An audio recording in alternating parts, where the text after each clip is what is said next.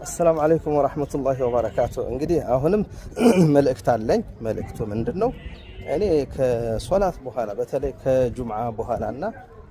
ከአፍጥር በኋላም በረመዳንም ነበር አሁን ከጁምዓ በኋላ ወጣቶቹ ወደ ጫት ቤት ነው የሚሄዱ ይገርማቸዋል ወደ ምግብ ቤት የሚሄድ ማለት ለምን ይመስላችኋል እስኪ ንገሩኝ በኮሜንት ለምንድን ነው ሱስ ነው አንድ ስለዚህ ምግብ አይደለም እንግዲህ ጫት አላህ ያሳያችሁ ከሶላት በኋላ ጁምዓ እንትን ሄደው ጫት ቤት ወረፋ ነው ያለ እና ይሄንን አደራ ወጣቶች ከዚሁ አጥፊ የሆነ አደገኛው